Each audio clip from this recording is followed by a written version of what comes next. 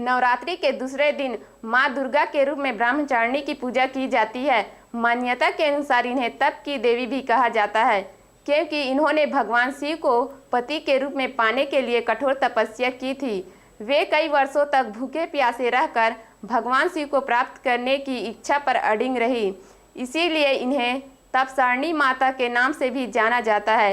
ब्रह्मचारिणी या तपसारिणी माता को यही रूप हमें कठोर परिश्रम करने की सीख देता है कि कैसे किसी की भी चीज़ को पाने के लिए तप करना चाहिए। बिना कठिन तप के कुछ भी प्राप्त नहीं हो सकता।